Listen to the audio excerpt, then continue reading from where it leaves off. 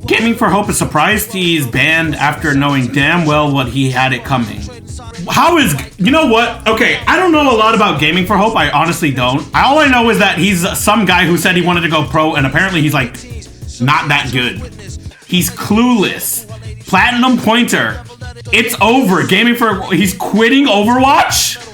I quit the OWCS journey. Here's why.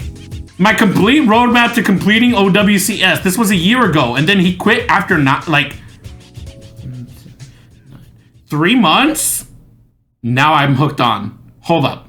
I guess we start with this, right? The complete roadmap. Like, this feels like this is the start of everything. I think this is where everything starts. I want to compete at the highest levels of Overwatch in the Overwatch Champions series. All right. There's a problem. I'm 28 years old, married, and raising a family. This makes... Yeah, you're done. You're done. Just stop. Just stop. Your journey's over. You have a family. And not to mention you're 28. I mean, that's not necessarily impossible. There are people who are probably older than that still play. But if you're just not joining and you're starting at 28...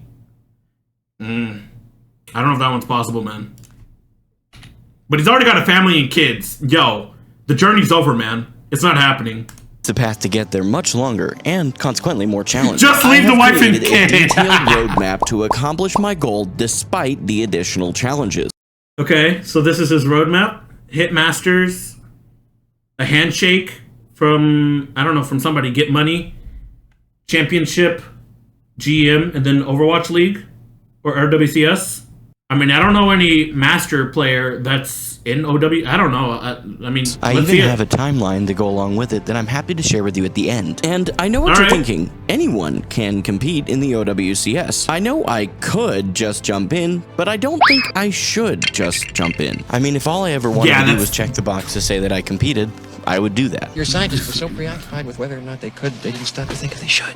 At the start of my journey in May of 2023, my dream was to compete in the Overwatch League. The Overwatch League itself seemed incredibly exciting to me, but at the time, there really wasn't a clear path on how to get in. And then, seemingly out of nowhere, the league itself came to a complete and abrupt end. And if we're being honest, the moment that made boys cry was Obi-Wan and Anakin's epic duel in Star Wars Episode 3. I didn't cry on the moment that made grown men shed tears was when Zoe delivered that heartfelt speech marking the end of the Overwatch. Yeah, Zoe giving that speech, yo, it didn't make me cry. It didn't make me sad necessarily, but I definitely did feel something. Yo, Zoe's the GOAT. League. But from the ashes of the league, the Overwatch There's Alvin in the background series emerged. I mean, whether you love it or hate it, the route to get into the OWCS is very clear and very simple. However, simply participating in the Overwatch What are we doing now? We're watching the rabbit hole. My new goal quickly became to place in the top 50 teams of the competition. I'm going down a Gamin4Hope rabbit hole because honestly, I just know, all I know is that this guy's trying to go pro and apparently he's bad, but I looked through the thumbnails, and apparently he has allegations or something like that.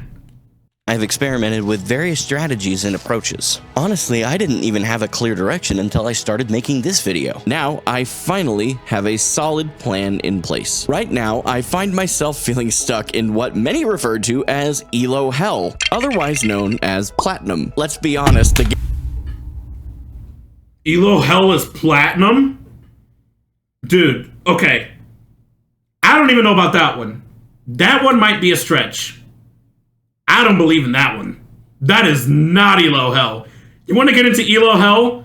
Yo, hit D1 and then like Masters, like D2, do like through like Masters 4-ish, right there, ELO Hell. Because the players are just good enough to get to a decently good rank, but they're shit enough to stay in that rank. And by God, you run into people just making the most dumb decisions. And it's like, it's not even like a big decision. It's like, oh, I chose this character into this character, and now we lost because you're not applying the correct amount of pressure. And it's like, oh my God, it's over. It's over because you decided to choose this character, especially support players. Dude, you see, if I'm playing tank and I see a Mercy and Zen, it's over. You lost. We lost. I got a Mercy and Zen on my team. it's over, bro. Gap between a platinum player and the top 50 teams of the OWCS. Like when you're in diamond plat, you can kind of pick anything, but once you start getting into masters, you're just ruining the experience. Measurement of your skills, it definitely serves as a great indicator of your ability as a solo player. As a result, my first major goal on this journey is to elevate myself to the level of a masters tank player. Achieving this involves a variety of strategies and a lot of dedicated effort. Primarily, it means identifying areas where I am falling short and taking steps to improve in those areas. I sometimes find success by conducting self-VOD reviews, but I've also... Okay, this is a good step first. This is a good first step. If you're new to the game, or you're first trying to climb, and especially if you're in fucking plat, you should be probably watching your games. Because honestly, you don't need good mechanics to climb. Honestly, there are characters that help with that. You don't need good mechanics to climb at all. What he's doing right now is a really good first step. I'll give him that. You just need to learn how the game works without shooting at the other team. Where you should be positioning based on what their position is, who you should be playing as, and why your character actually works into their comp. Why is mine muted? Feedback from a qualified coach can be even more beneficial. No matter the method, I focus on pinpointing one specific aspect of my gameplay that, when improved, will lead to significant progress. During my ranked matches, I concentrate solely on that particular aspect. I try not to dwell on whether I won or lost, or even who was to blame for the result. Instead, I focus on whether or not I actually made improvements in that area I chose to isolate as an individual player. Improving as an individual player is just one step to my overall goal of being able to place in the top 50 teams in the OWCS. At the highest levels of play, Overwatch 2 truly becomes a team-focused game. Success requires not only excellent individual skills, but also strong teamwork that matches or even exceeds those skills. In the past, when I was focused on my Overwatch League journey, the goal was to utilize the social media following that I have to attract teams in the contenders area and network my way up from there. However, I don't think that's how that works. Honestly, I don't even think they even care. OWCS doesn't make any money, if I'm being honest. I think they literally just they don't really make that much money. I think you can get more money just having a job. I have since discovered the next vital step: participating in scrims. For those who might not know, scrims are practice sessions specifically designed for honing team play. Personally, I plan to form a team of like-minded individuals who are eager to compete alongside me as we strive together to compete in the OW. Okay, so he's gonna be scrimming. Honestly, this is dumb. This is dumb. If you're fucking plat, I don't think you should be worried about scrimming. I think you should be worried about getting your gameplay up, because if you're scrimming in fucking plat, bro, you're wasting your time. You're wasting your time. Get your rank up. Realize why you're... What the fuck is he scrimming for? OWCS.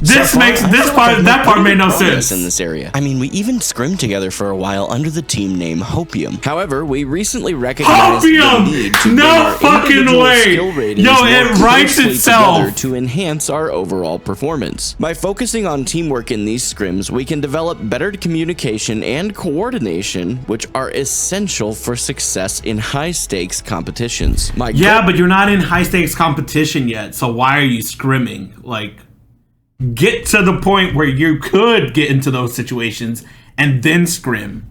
Goal is to create an environment where each member can grow together, ultimately pushing us all toward that top 50 spot. This is Hopium for sure. Goes well beyond Overwatch, and that's actually the area of my finances. Right now, I can't afford to drop to part-time work and support my family. At the start of this journey, I was actually a full-time content creator. I was fortunate enough to be in that situation because of some very supportive family members and driving for Uber and Lyft part-time. However, it felt like everything changed overnight when our emergency fund ran out, leaving us in a really tough financial situation. And that's when I realized I had to put my family first and step back from being a full-time creator. The struggle became very real in that, as of then, I could only dedicate...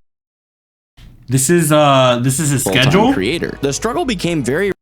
Okay, so, the earliest he ever has woken up is 5:30 in the morning, and he uses an hour to clean up the house and then caffeinate. Okay, so he prays, and then he plays Overwatch comp for 1 hour a day? Buddy, you're not making pro with 1 fucking hour. I'll tell you that right now. 1 hour a day? Is that the only time that he fucking plays Overwatch? He's gonna go pro with playing Overwatch 1 hour a day.